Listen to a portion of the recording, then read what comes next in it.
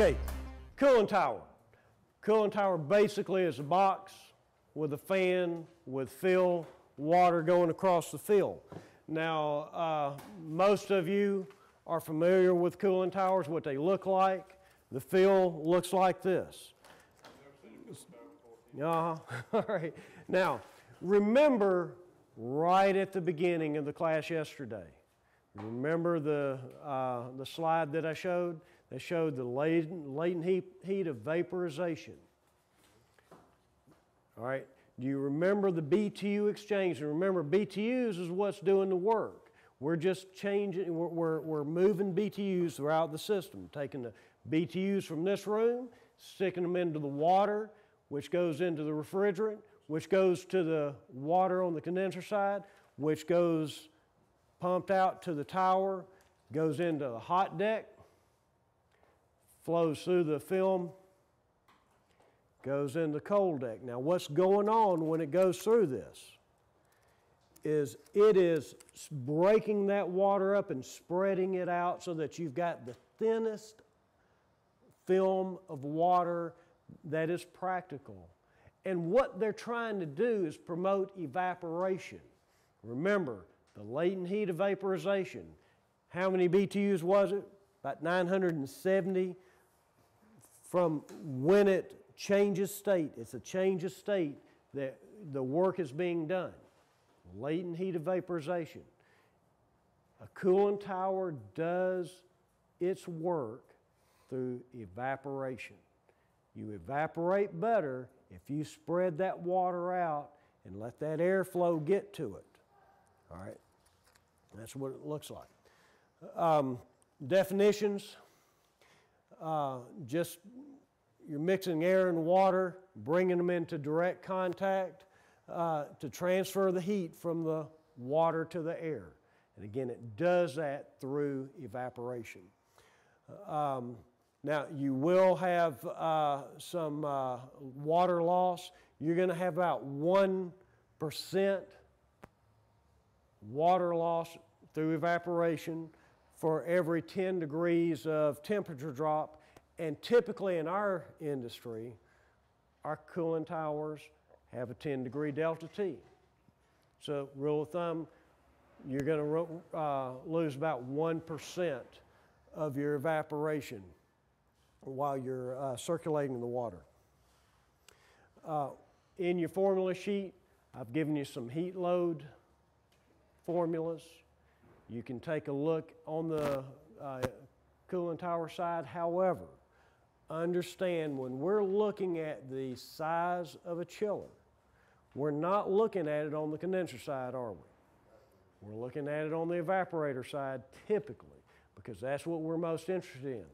If you want to apply that same formula to this side of the system, you can tell the performance of your tower. Now, if you look at the formula, it looks a little bit different from the formula that I passed out. However, it's basically the same.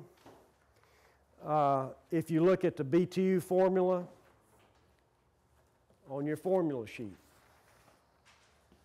it matches that. If you look at the second formula on your sheet, your tons equals your delta T times your GPM divided by 24. That's assuming you're on the evaporator side. If you want to apply that formula, the math works the same as this formula. Instead of using a factor of 24, you use a factor of 30. Now that does not show on your sheet. If you want to just write a note beside that second formula, everything is the same. Just change the 24 to 30. That'll give you your performance of your cooling tower.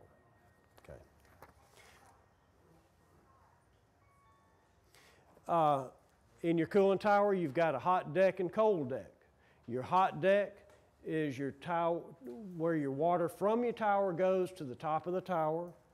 And it's either going to go into a trough with holes where it spills down and it's distributed along the fill, or Some designs will have it go into a pipe that goes to distribution arms, that goes to spray heads.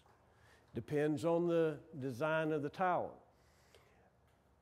That is, the two is significant in that you don't really want to mix different types of towers. If you've got one that has the open hot deck, if you got two of them and you want to replace one of the two, it's best to keep them similar styles, similar designs. If you don't, you can get into some issues where when you cut the pump off, you can actually have some flooding back. Also in multiple tower cells. A lot of times you're pumping in water on one side and you're taking it out of another cell, and the cells have to be equalized. It's very important if you've got a cell equalization tube. Now that's generally going to be, let's say it's an 8-inch pipe that goes underneath and attaches to the basins of both cells. Now think about how deep is your tower sump? About this deep maybe? Okay, so you've got this much water going to a little valve, a butterfly valve, just for isolation purposes, a 90. So bottom line, you've got about this much water. How much pressure differential is that? So if you're taking water out of one cell, putting it in both cells, but you've got to equalize, you've got about this much water pressure. How much is that in PSI? Well, you're looking at about 1 PSI difference, because 2.3 feet of water column equals 1 PSIG. If you've just got 1 pound of pressure trying to push through that equalization tube, it's not a whole lot of force. And so when you're trying to pack 900 GPM through a tower and you're trying to equalize a basin, everything needs to be nice and clean. If you are cleaning a cooling tower and you're sitting there hosing it down, it's awful convenient if you've got that nice big hole right there and flush it down in there in the bottom of that pipe. Then over the years it starts building up, building up, building up. Then next thing you know, you're restricting the flow, which you've only got about 1 PSI of pressure trying to equalize, push that water down to the other side of the basin to equalize the levels. Now you start getting into where your one side is too low, and if it goes below your fill level, it can cause problems. Let me give you an example. Tower is a box. In that box, you've got a level of water. You got piping coming in from your chiller, dumping water into the top of your tower. Let's say you've got a hot deck, if it's that style. You got fill.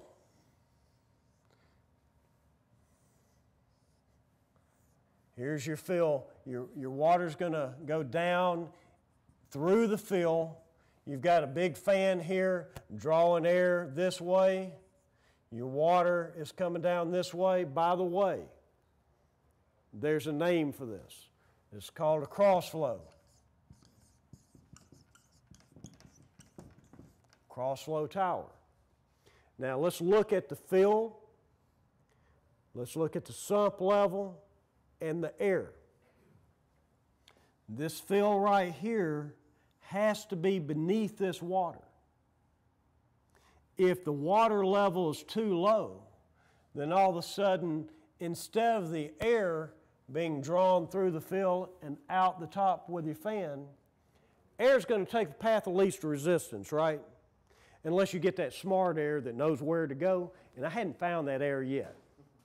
Most of that air is kind of dumb, takes the path of least resistance, and if the path of least resistance happens to be underneath this fill, because our water level's low, because I've got a 2-cell tower and my equalization line is partially plugged up, then now I've got some air going across here, but I've got some air bypassing. That cuts down on the ability of this tower to evaporate that water, move those BTUs out of the water, cooling it, send it back to the...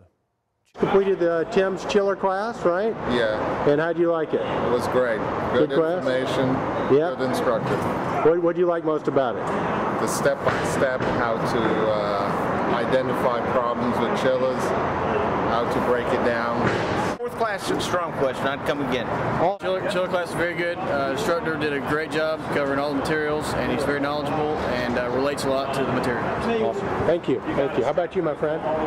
You just completed the chiller class? Yeah, it was a great class. The guy did a real good job explaining the subject material. I liked it. Excellent class. Excellent instructor. I've learned a wealth of knowledge today. Basically, enough to last me a lifetime pretty much. If you need to control it or measure it, Stromquist & Company has a control solution for you. With over $2 million of inventory between our Georgia and Florida locations, an easy-to-use online ordering platform, same-day shipping, and a factory-trained team of controls experts to answer your questions, Stromquist & Company continues in its tradition of offering great service and great products.